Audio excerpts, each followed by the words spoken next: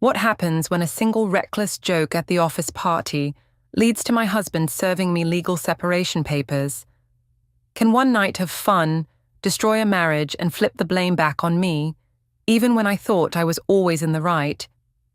Let me tell you how everything spiraled out of my control the moment I tried to make him look like the problem. Before we dive deeper into the story, I have one small request. Please subscribe, drop a like, comment, and hit that hype button to boost this channel so more people can discover these incredible stories. The Christmas party was in full swing when I decided to make the joke that would ruin my life. The break room at Henderson Marketing had been transformed with twinkling lights and cheap decorations, and after 3 glasses of wine, I felt invincible. "Come on, Isolt, tell us more about your home life," laughed Jessica from accounting, her cheeks flushed from the spiked punch. The conversation had somehow turned to relationships, and everyone was sharing embarrassing stories about their spouses. Nathan stood across the room talking to some guys from IT, looking uncomfortable in his button-down shirt. He'd never been much for office parties, always complaining they were forced fun. I rolled my eyes at his stiffness. "Well," I said, leaning into the circle of co-workers, "let's just say my boss Lyle keeps me more satisfied than my husband does." I gestured toward Lyle Renner, who was chatting with the executives near the makeshift bar. "At least he knows how to handle pressure and deliver results that leave me breathless." The group erupted in shocked laughter. Jessica nearly spit out her drink. "Isolt, you didn't just say that." "What?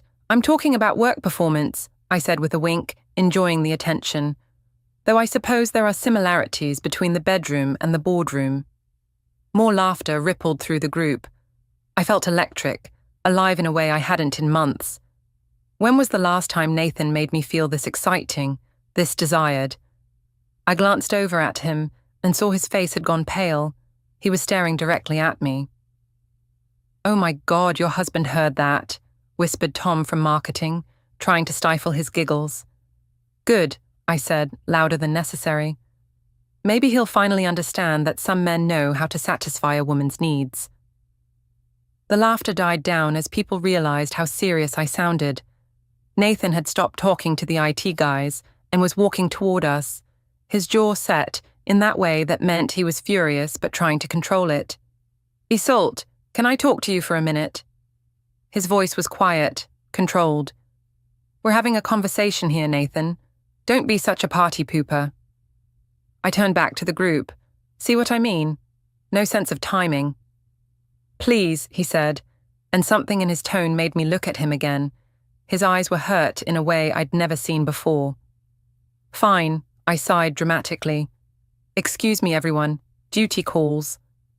He led me to the corner by the copy machine, away from the crowd. "What the hell was that about?" "What? I was just having fun. It's a party, Nathan. Try to relax for once in your life. You just told our co-workers that your boss satisfies you better than I do, in front of everyone. It was a joke. God, you're so sensitive. Can't you take a little teasing?" "That wasn't teasing, Isolt. That was humiliating me in front of people we have to see every day." I felt a flash of anger. Here he was, making me the bad guy again. "You know what your problem is? You're too insecure to handle a confident woman. I was just being social." "Social?" His voice cracked slightly. "You basically announced to everyone that I'm inadequate." "I never said that. You're putting words in my mouth."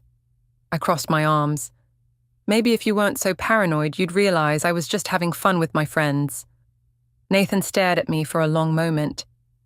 "Your friends are now texting each other about what you just said. Look around, Isolt." I glanced back at the group. They were indeed huddled together, phones out, typing frantically.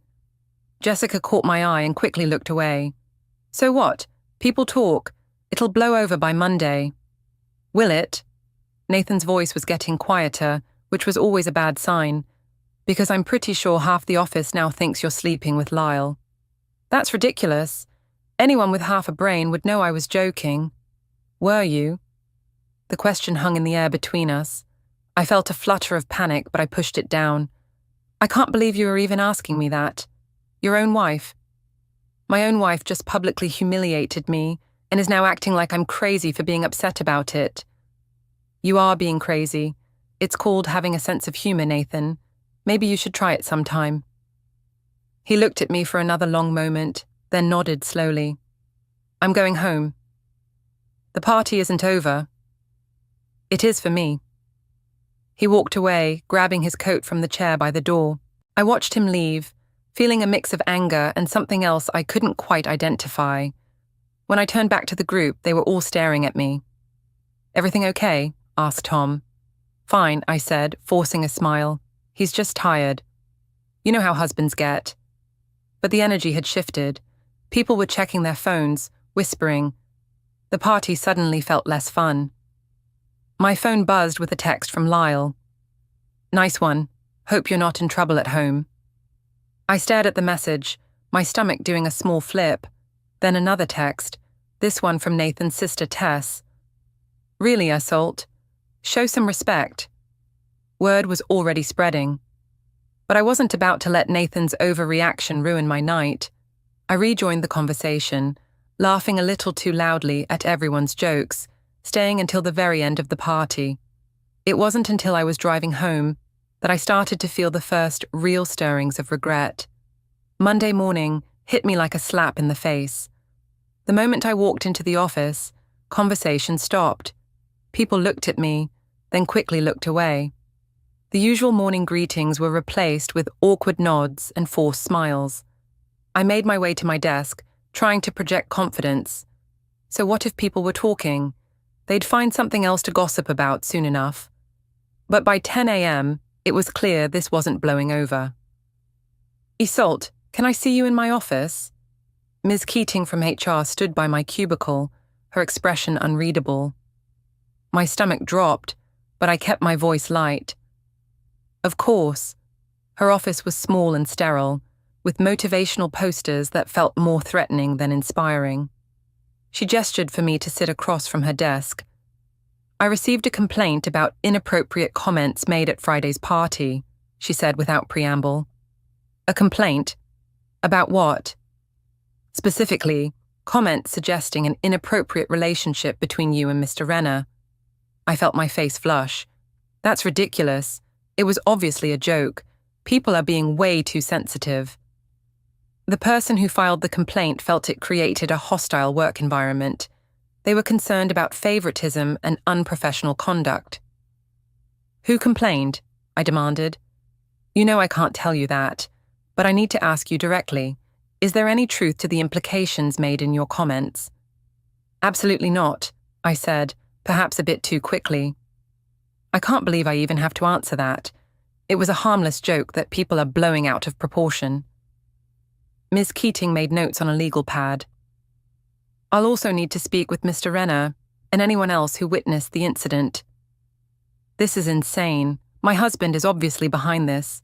He's trying to get me in trouble at work because his feelings got hurt. Your husband filed the complaint. I paused, realizing I'd made an assumption. Well, who else would it be? As I said, I can't reveal that information, but I will say the complaint didn't come from outside the company. That meant someone at the party had reported me.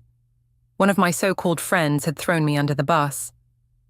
Look, Miss Keating, I understand you have to follow protocol, but this is really just people misunderstanding a joke. I was being sarcastic about work performance. Anyone who knows me would understand that. The complaint suggests the comments were sexual in nature and created discomfort among several employees. Several? My voice cracked. How many people complained? I'm conducting a thorough investigation. I'll need you to provide a written statement about the incident by end of business today. I left her office feeling shaky. The hallway seemed longer than usual, and I was hyper-aware of every glance, every whispered conversation. Back at my desk, I tried to focus on work, but my phone kept buzzing with texts. Simon, my brother. Isolde, what's this? I'm hearing about some drama at your office. Mum's worried. My mother, Jules. Honey, Tess called me very upset. What happened at your party?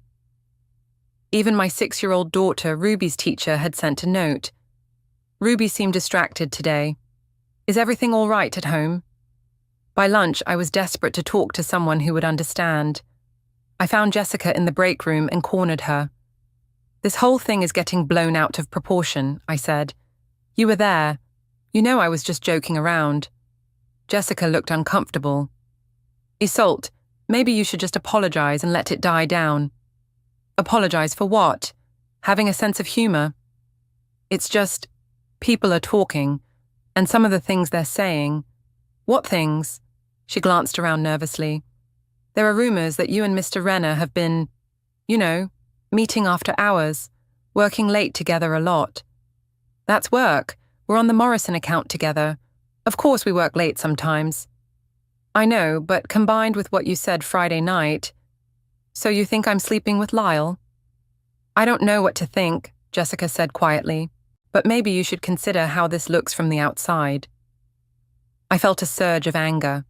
I can't believe you're turning on me, too. I thought you were my friend. I am your friend. That's why I'm telling you to be careful. This could get really bad. That afternoon I tried to approach Lyle, but he was mysteriously unavailable. His assistant said he was in meetings all day. When I passed his office, I saw him inside, clearly not in a meeting, but he didn't make eye contact. The final blow came when I got home. Nathan's car wasn't in the driveway. I found a note on the kitchen counter. Staying at my mum's tonight. Need some space to think. Ruby is with me. My phone rang immediately. It was Sandra, Nathan's mother. Isolde, what in God's name were you thinking? Hello to you too, Sandra. Don't get smart with me. Nathan is devastated, and now Ruby is asking why Daddy looks so sad. Nathan is being dramatic. It was a joke that got taken the wrong way. A joke? You publicly humiliated your husband and implied you're having an affair with your boss. How is that a joke? I never implied anything. People are reading things into it that weren't there. The whole family is talking about it, Isolde. Tess showed me the messages going around. There's even a video. My blood ran cold. What video? Someone recorded you at the party. It's all over social media now. I hung up and frantically searched online. There it was, on Facebook, shared in multiple local groups. A shaky phone video of me at the party, clearly saying that Lyle satisfied me better than Nathan, followed by my comment about men knowing how to satisfy a woman's needs. In the video, I looked drunk, loud, and cruel. Nathan's face was visible in the background, pale and hurt. The comments below were brutal. Poor guy, she's trash. I'd divorce her so fast. Imagine doing this to your husband publicly. She's definitely cheating. I called Nathan, but it went straight to voicemail. I tried again, and again. Finally, he texted back, "Don't call me tonight. I need time to process this." I poured myself a large glass of wine and sat in my empty house, scrolling through the comments on the video. Each one felt like a punch to the gut, but I couldn't stop reading. This wasn't how it was supposed to go. I'd just been having fun, being the center of attention for once. How had it spiraled so completely out of control? But even as I sat there, part of me still believed that everyone else was overreacting. It was just a joke. Why couldn't anyone see that? By Wednesday, the situation had reached a boiling point. Nathan still wasn't coming home, and Ruby kept asking when Daddy would be back. I'd managed to convince her he was just helping Grandma Sandra with some projects, but she wasn't buying it. "Mummy, are you and Daddy fighting?" she asked over breakfast, her big brown eyes full of worry. "Sometimes grown-ups need space to think about things, sweetheart. It's not your fault." "Did you do something bad?" The question hit me harder than I expected. "No, baby. Mommy just made some people upset by accident." But even as I said it, I wondered if that was true anymore. Nathan had agreed to a family dinner that evening, both sets of parents and his sister Tess. "We need to discuss this situation," Sandra had said when she called, "as a family." I spent the day preparing, making Nathan's favorite pot roast, cleaning the house until it sparkled. If I could just get everyone in the same room, I could make them understand that this was all being blown out of proportion. Sandra and Nathan arrived first, with Ruby running to hug me like she hadn't seen me in weeks instead of 2 days. Nathan looked tired, older somehow. He barely made eye contact. "How are you holding up?" I asked, trying to sound concerned rather than defensive. "I've been better," he said quietly. Tess arrived next, her expression cold. At 29, she'd always been protective of Nathan, and right now she looked like she wanted to tear my head off.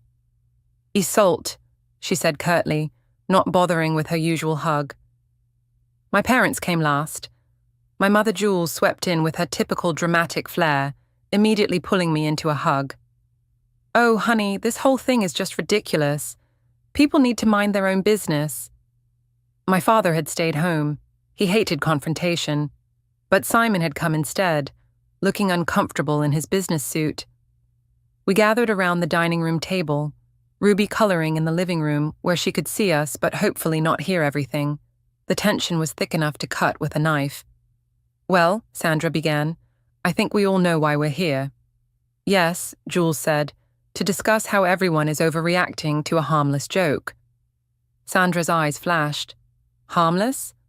Jules, your daughter humiliated my son in front of his co-workers and half the internet. It was a party. People say silly things at parties. Nathan needs to develop a thicker skin." "A thicker skin?" Tess leaned forward. "She basically told everyone she's sleeping with her boss." "I never said that," I protested. "Everyone is putting words in my mouth." Nathan spoke for the first time since sitting down. "Isolde, I've watched that video a dozen times. There's no misinterpreting what you said." "You're taking it too literally. I was obviously being sarcastic." "Were you?" Sandra asked pointedly. "Because according to the rumors going around, you and this Lyle person have been working late together quite a bit." "That's work. God, does everyone think I'm some kind of cheater now?" "What are we supposed to think?" Tess shot back. "You made those comments. You've been acting secretive lately, and now you're playing the victim when people call you out." "Secretive? I haven't been secretive about anything." "Really?" Nathan's voice was quiet but steady. "When was the last time you told me you were working late with Lyle?" I felt a flutter of panic. "I don't need to report every work meeting to you." "Work meetings that go until 9 p.m.? Work meetings where you come home smelling like wine?" "We sometimes grab dinner while we work. It's called networking, Nathan. Maybe if you understood professional advancement—" "Don't." His voice cut through mine like a blade. "Don't make this about my career." Simon cleared his throat. "Maybe we should all take a step back. Isolde, I think what everyone is trying to say is that the situation looks bad, regardless of your intentions."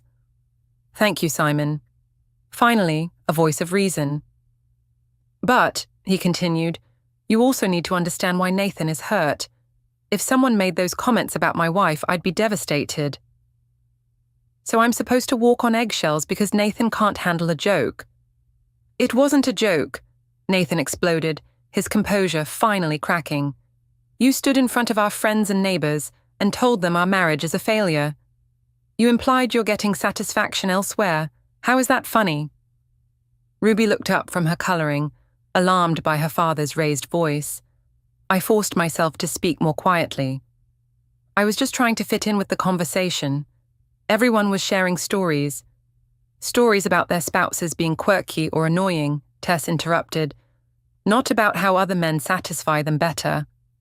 "You're all ganging up on me," I said, feeling tears of frustration building. My own family is supposed to support me. "We do support you, honey," Jules said, "but maybe you could apologize and smooth things over." "Apologize for what? For having a personality? For not being boring?" The room went silent.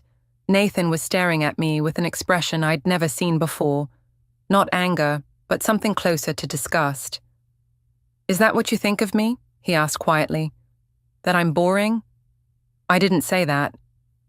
"You just did. You said apologizing would mean not having a personality. not being boring. So clearly, you think I'm boring. Nathan, that's not what I meant. No, I think it's exactly what you meant. He stood up slowly. I think you've been thinking that for a while. And I think Friday night, you finally said what you really feel. That's not true. Then explain to me why you haven't once, not once, said you're sorry for hurting me. You've been defending yourself, blaming everyone else, calling us all oversensitive, but you haven't said you're sorry. The room was dead quiet except for Ruby's crayons scratching against paper. Everyone was looking at me, waiting. I'm sorry you got hurt, I said finally. That's not the same thing, Sandra said softly. What do you want from me? I demanded, my voice rising again. I can't take back what I said. I can't control how people interpreted it. I'm doing the best I can here. Nathan sat back down heavily. No, Isolde, you're not. You're still making this about everyone else's reaction instead of your actions. Because my actions were innocent, I made a stupid joke that people took the wrong way. That's not my fault.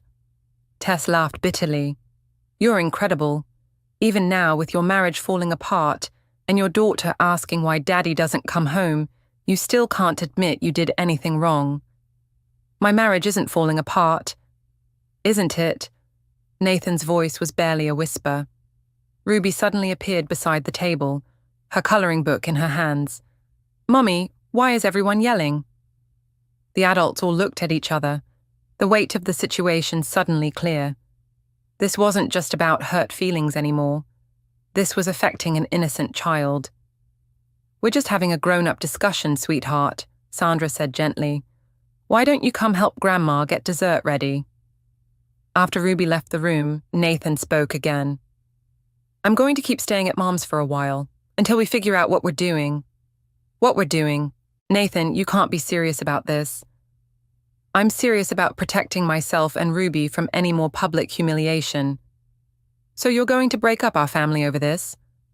I'm not breaking up anything, but I need time to think about whether we have a marriage worth saving. Jules gasped. Nathan, surely you don't mean that. I mean exactly that. Because right now, sitting here listening to Isolde refuse to take responsibility for any of this, I'm wondering if I ever really knew my wife at all. He stood up again, kissed Ruby goodbye, and left. The rest of the evening was a disaster, with both families arguing until everyone went home angry. That night, lying alone in my bed, I finally let myself cry. But even through the tears, I couldn't shake the feeling that everyone was being unfair to me. I'd made one little joke. How had it come to this? Saturday morning, I decided I needed allies, real friends who would understand that I was being crucified for nothing. I arranged to meet Jessica and a few other co-workers for brunch at Riverside Bistro, hoping to control the narrative before it got any worse. The restaurant was busy, filled with families and couples enjoying their weekend. I arrived first, choosing a table in the back where we could talk privately. Jessica came next, followed by Tom and Sarah from the marketing department. Thanks for coming, I said, trying to sound casual. I really needed to get out of the house. How are you holding up? Sarah asked, though her tone seemed more curious than concerned. I'm managing. It's been a rough week, but I think things are starting to settle down. Tom shifted uncomfortably. Isolde, have you seen the company group chat lately? My stomach clenched. No, why? Jessica pulled out her phone reluctantly. There's been more discussion about Friday night. She showed me the screen. The messages made my blood run cold. Did you guys know Isolde and Lyle have been working late together for months? I saw them at Murphy's Bar last month. Looked pretty cozy. My friend in accounting said she saw them leaving together after the Morrison presentation. No wonder she got that promotion last year. I stared at the messages, feeling the world tilt. This is insane. They're making up stories now. Are they? Tom asked quietly. Of course they are. I can't believe you'd even ask that. It's just, some of these details are pretty specific, Sarah said. Like the Murphy's Bar thing. Were you there with Lyle? We grabbed a drink after a client meeting. It was completely professional. But you didn't mention it to Nathan, Jessica pressed. Why would I? It was work. I don't give Nathan a play-by-play of every business dinner. The three of them exchanged looks. I felt like I was being interrogated by people who were supposed to be my friends. Look, I said, I know how this looks, but you have to believe me. There's nothing going on between Lyle and me. People are just gossiping because they're bored. Then why hasn't Lyle said anything to shut down the rumors? Tom asked. That was a good question. Lyle had been avoiding me all week, and when I'd tried to approach him about making a joint statement, his assistant had said he was too busy. He probably thinks it's beneath him to respond to gossip. Or, Sarah said carefully, he's trying to protect his marriage. Before I could respond, my phone buzzed with a text from Simon. You need to see this. Check Facebook. With shaking hands, I opened the app. Someone had created a whole thread about the party video, and people were sharing their own sightings of Lyle and me together. Photos from the company picnic where we were standing close together. Screenshots of LinkedIn posts where we'd commented on each other's updates. Even a picture someone had taken at a restaurant where we were visible in the background during a work dinner. Oh my God, I whispered.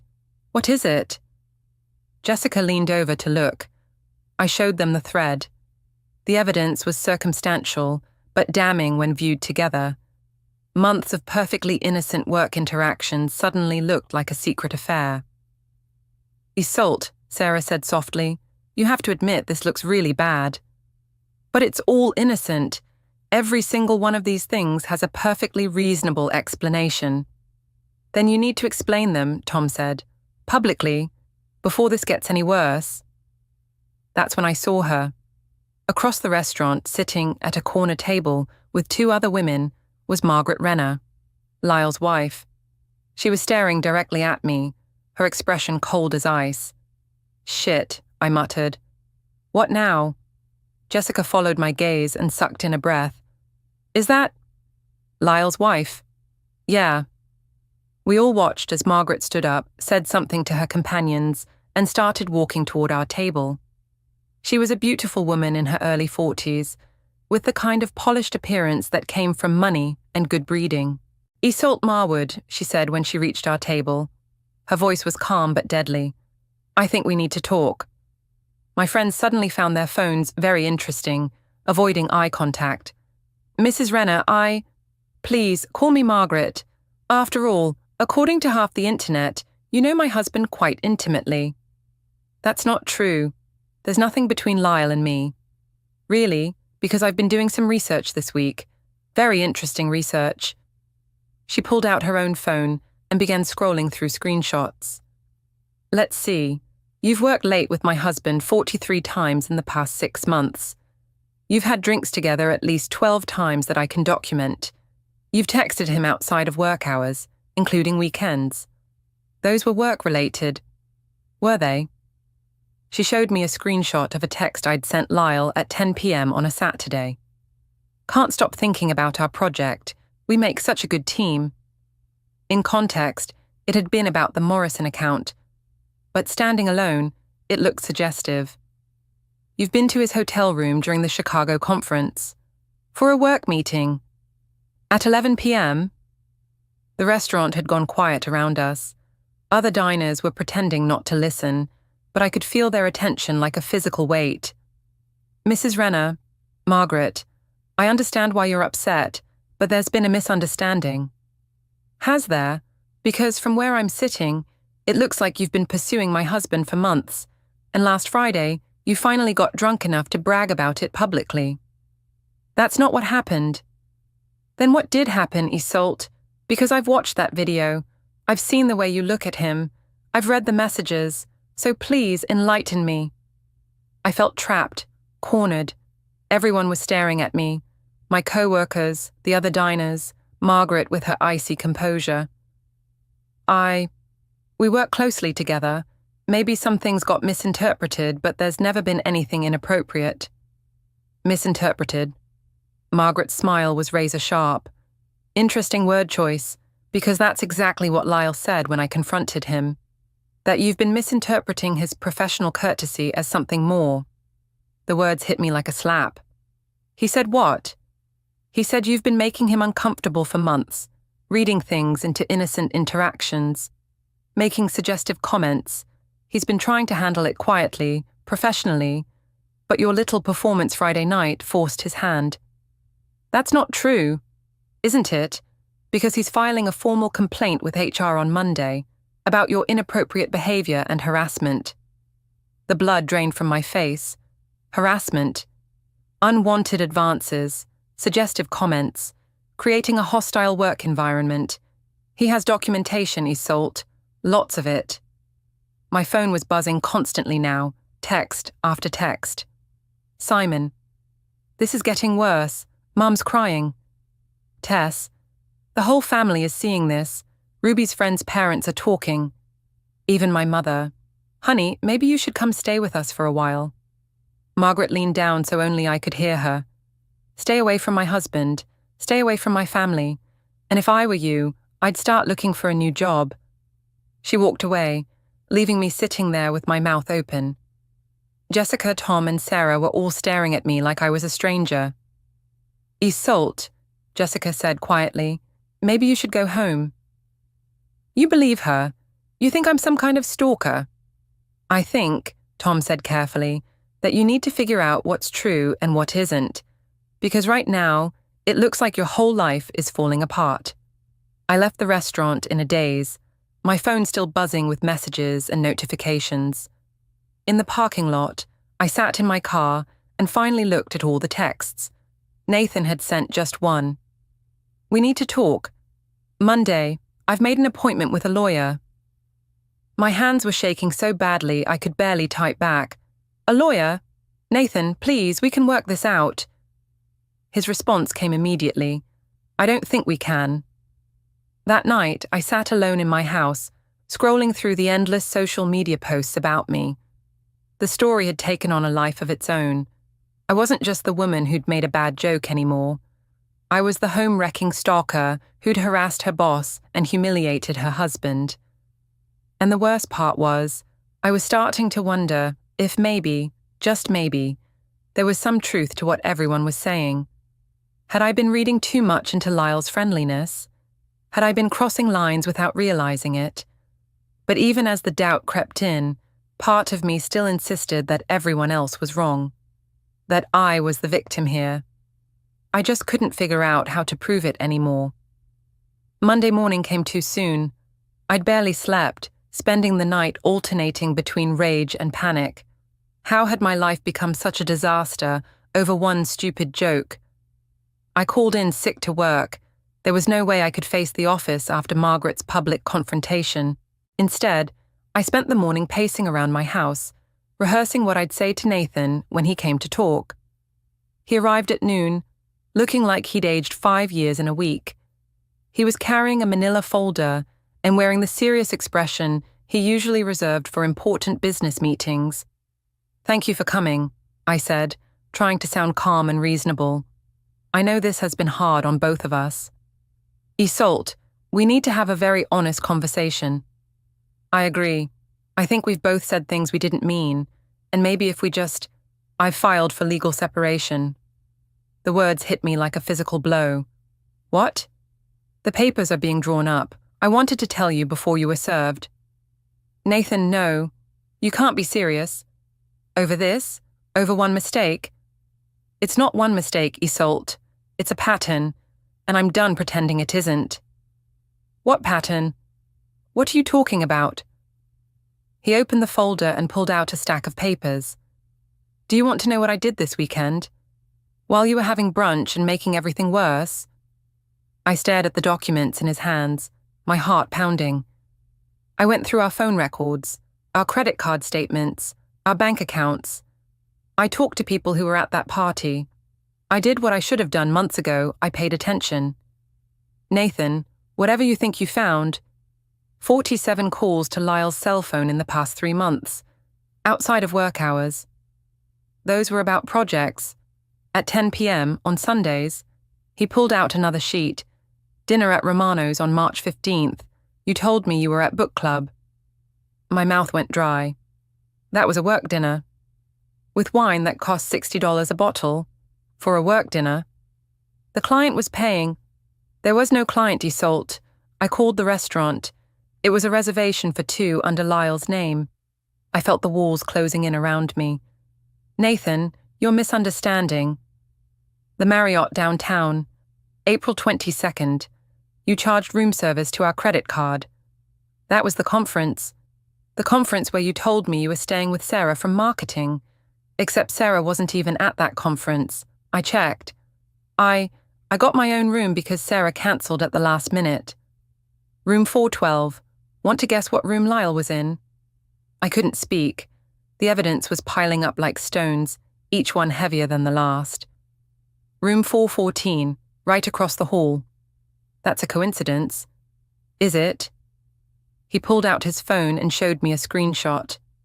This is from the hotel's Instagram page, a photo from their restaurant that night.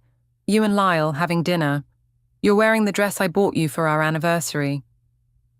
In the photo, Lyle and I were leaning close together over the table, laughing. To anyone looking at it, we looked like a couple on a romantic dinner date. We were discussing the Morrison account. Stop. Nathan's voice was quiet but firm. Please stop lying to me. I'm not lying. Then explain this. He showed me another screenshot, a text message from my phone to Lyle. Last night was amazing. I can't stop thinking about you. I stared at the message, my mind racing. I remembered sending it, but it had been about our presentation. We'd nailed the Morrison pitch, and I'd been excited about our success. That was about work, I whispered. Was it? Because here's his response. You're incredible. I've never met anyone like you. Nathan, I swear to you, nothing physical has happened between Lyle and me. Maybe not, but you've been having an emotional affair for months, and I've been too trusting to see it. An emotional affair? That's not even a real thing. It's real to me. It's real to our marriage. It's real to our daughter, who keeps asking why Mommy and Daddy are always fighting. I felt tears starting to fall. Nathan, please. I know how this looks, but you have to believe me. I love you. I love our family. Do you? Because from where I'm sitting, it looks like you love the attention Lyle gives you. You love feeling desired and exciting, and you love it more than you love respecting our marriage. That's not fair, isn't it?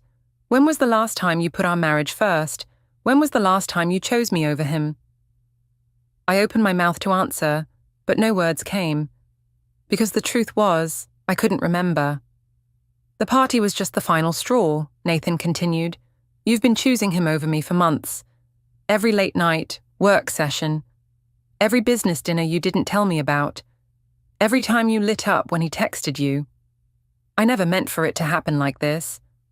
What did you mean to happen, Isolde? The question hung in the air between us.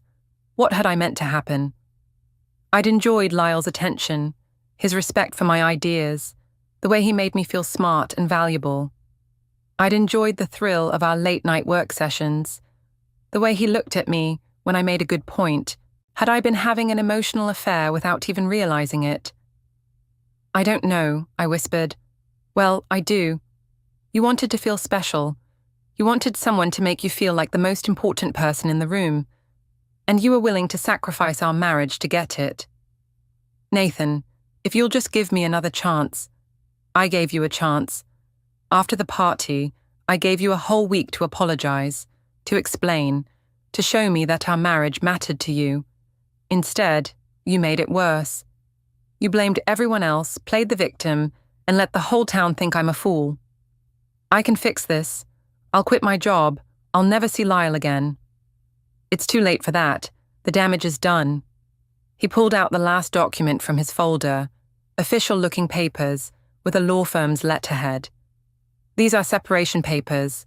I'm asking for temporary custody of Ruby while we figure out a permanent arrangement. You're taking my daughter from me. I'm protecting her from the chaos you've created. She doesn't need to be around while you figure out how to clean up this mess. Nathan, please. I know I made mistakes, but we can work through this. People get past infidelity. This isn't just about infidelity, Isolde. This is about respect. This is about honesty. This is about putting our family first. And you've shown me that you can't do any of those things. I was crying openly now, desperate. I'll do anything. I'll go to counseling. I'll make a public apology. Whatever you want. What I want is for my wife to have made different choices 6 months ago. What I want is to not be the laughingstock of the entire town. What I want is for my daughter to not have to hear other kids talking about her mother's affair. Other kids are talking about it. Ruby's teacher called me this morning. Some parents have been discussing the situation, and their children overheard. Ruby's been asking questions. The thought of my 6-year-old daughter hearing about this made me physically sick. Nathan, I'm begging you, don't do this to our family. I'm not doing this, Isolde. You did this. Every choice that led us here was yours. He stood up, leaving the papers on the coffee table between us. You have 2 weeks to find a lawyer and respond to the separation petition. After that, we'll let the courts decide what's best for Ruby. The courts? Nathan, you can't take this to court. Everyone will know. Everyone already knows. The only question now is whether you're going to keep making it worse or start taking responsibility for what you've done. He walked toward the door, then turned back. For what it's worth, I really did love you. I loved the woman I married, but I don't think she exists anymore. After he left, I sat on my couch staring at the separation papers. The legal language was cold and formal, but the meaning was clear. My marriage was over. I called my mother, sobbing into the phone. Mom, he's leaving me. He's taking Ruby. Oh, honey, maybe this is for the best. You can start fresh, find someone who appreciates you. I don't want someone else. I want my husband back. Then you need to fight for him. Show him what he's losing. But as I sat there surrounded by the evidence of my choices, I wondered if Nathan was right. Maybe I had been choosing Lyle over him. Maybe I had been so caught up in feeling desired and important that I'd forgotten what really mattered. Or maybe everyone was still overreacting to a few innocent work relationships and one bad joke. I honestly didn't know anymore, and that scared me more than anything else. 2 weeks later, I was sitting in a glassy conference room at Bennett & Associates, facing Nathan and his lawyer across a polished table. In those 2 weeks I'd been put on leave, my face had been on the local news, under a headline about office party harassment, and Nathan had filed for separation. I'd been hiding at home while the whole town judged me from behind their screens. Mr. Bennett spread out the evidence like he was building a case for trial. HR emails from Lyle months before the party, his wife's statement, screenshots of my messages, credit card charges, witness accounts. Then came the worst part. Documents from Ruby's teacher and school counselor. They described her crying in class because kids asked if her mom was the bad lady on Facebook, having nightmares, wanting to call her dad during school. He showed me her drawing. Daddy and Ruby together, Mommy alone on the other side of the page, surrounded by black scribbles. I said I loved my daughter. Nathan answered that love wasn't enough anymore, not when my choices had made her ashamed to go to school. Nathan's lawyer asked for temporary primary custody for him, supervised visits for me, and no contact with Lyle or his family. I exploded at the word supervised, but even my own lawyer quietly told me their offer was better than a public court fight that would drag Ruby through more gossip. Then Bennett calmly dropped the final blow. HR had finished its investigation. I was officially fired for creating a hostile work environment. Nathan said this didn't have to be the end, but it had to be the start of something different, that if I got real help, took responsibility, and made a genuine apology instead of blaming misunderstandings, we could revisit everything later. With shaking hands, I signed the separation papers, the custody agreement, the visitation schedule. It felt like signing away the person I thought I was. That night, in Ruby's empty room, I finally stopped arguing with the world and just listened to the truth. No one had forced me to send those late-night texts. To meet Lyle for drinks, I forgot to mention. To chase attention every time I felt bored or insecure. No one had made me turn a stupid joke at a party into a public disaster by refusing to admit I'd gone too far. The joke hadn't ruined my life.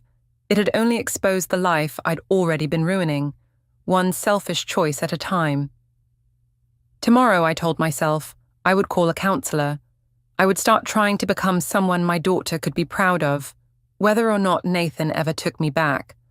But that night, I just sat on the floor, surrounded by her toys and drawings, and mourned the life I had thrown away with my own hands.